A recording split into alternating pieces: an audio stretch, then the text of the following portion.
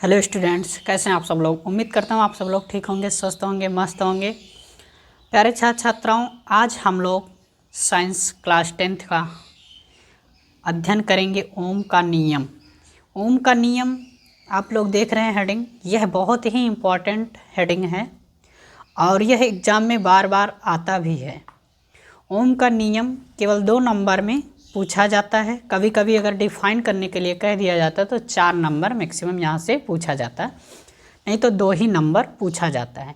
तो आप लोग अगर पेपर देने जा रहे हैं तो ओम का नियम, प्रवर्तन का नियम, अपवर्तन का नियम, ये सब पढ़ के आप जरूर जाइएगा। यानी प्रकाश का प्रवर्तन का नियम, प्रकाश के अपवर्तन का नियम और ओम का नियम, तो ये सब चीज़ें आप लोग ज़रूर पढ़ के जाइएगा, क्योंकि ये सब बार बार पूछा जाता है प्रश्न।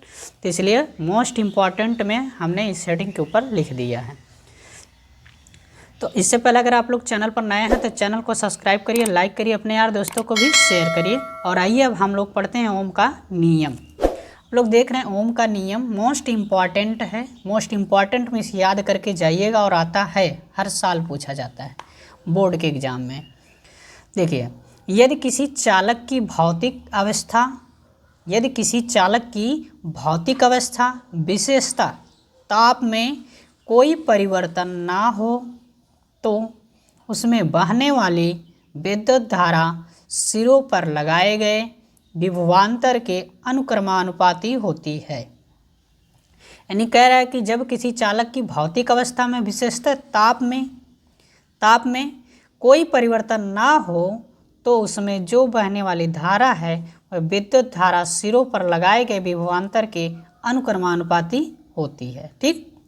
अब यदि चालक में प्रवाहित विद्युत धारा आई है, यदि चालक में जो धारा प्रवाहित हो रही है वह विद्युत धारा आई हो तथा उसके सिरों पर उत्पन्न विभवांतर V हो तो V इज प्रोपोर्शनल I हो जाएगा।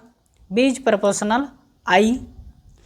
यहाँ से जब प्रोपोर्शनल हटाएंगे तो कांस्टेंट लगेगा। जो कांस्टेंट है यानी नियतांक, यह नियतांक कैपिटल R होगा। ठीक। जो प्रतिरोध होगा यानी वही तार का प्रतिरोध होगा। तो V बराबर, जब यहाँ से कांस्टेंट को हटाएंगे नियतांक को तो यह R कांस्टेंट लग जाएगा। ठीक, सॉरी, प्रोपोर्शनल को हटाएंगे तो कांस्टेंट R लग जाएगा, यानी V बराबर RI। ठीक। अब देखिए, यहाँ ताप पर R एक नियतांक है।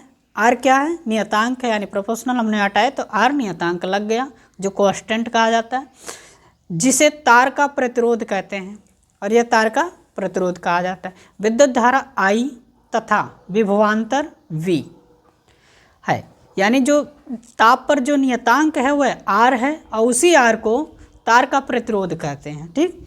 और विद्युत धारा I है, विद्युत धारा यहाँ क्या है? I है, और विभवांतर क्या है? V है।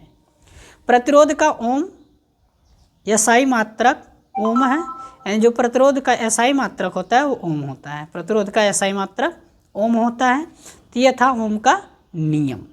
अब आपसे कहा जाएगा ओम के नियम को उदाहरण सहित स्पष्ट कीजिए, तो परिभाषा लिखिए। तो जो है ओम के नियम का, यह रहा ओम के नियम का परिभाषा। आप लोग यहाँ से ओम का नियम का परिभाषा लिख सकते हैं आराम से। अब देखिए, यह जो ओम का नियम आया ये कहाँ से कैसे आया? तो इस ओम के नियम को डिफाइन करने के लिए 1827 ईस्वी में जर्मन वैज्ञानिक जॉर्ज साइमन ओम ने किसी धातु के तार में प्रवाहित विद्युत धारा I तथा उसके सिरों के बीच विभवांतर में परस्पर संबंध का पता लगाया था। एक विद्युत परिपथ में धातु के तार के 2 सिरों के बीच विभवांतर उसमें प्रवाहित होने वाली विद्युत धारा के समानुपाती होता है। उन्होंने जब इस पर पता लगाया, जॉर्ज साइमन ओम ने, तो किसी धातु के तार में उन्होंने प्रवाहित विद्युत धारा को I और उसके सिरों के बीच जो विभवांतर है परस्पर संबंध का पता लगाया। तो इस विद्युत परिपथ में धातु के तार के 2 सिरों के बीच विभवांतर उसमें प्रवाहित होने वाली विद्युत धारा के समानुपाती उन्होंने देखा। इस पर उन्होंने ये V प्रोपोर्शनल I और V बराबर R कांस्टेंट लगाए, तो V बराबर RI, यहाँ से उन्होंने इस फार्मूले को डिफाइन किया था। ठीक। अब हम लोग फिर मिलते हैं नेक्स्ट वीडियो में। लोग चैनल को सब्सक्राइब नहीं किए हैं तो सब्सक्राइब करिए, लाइक करिए, अपने यार दोस्तों को भी शेयर करिए। फिर हम लोग मिलते हैं नेक्स्ट टॉपिक पर और बहुत ही इंपॉर्टेंट के साथ। तब तक आप लोग अपना पेपर दीजिए और ध्यान दीजिए अपने पर। ओके, धन्यवाद।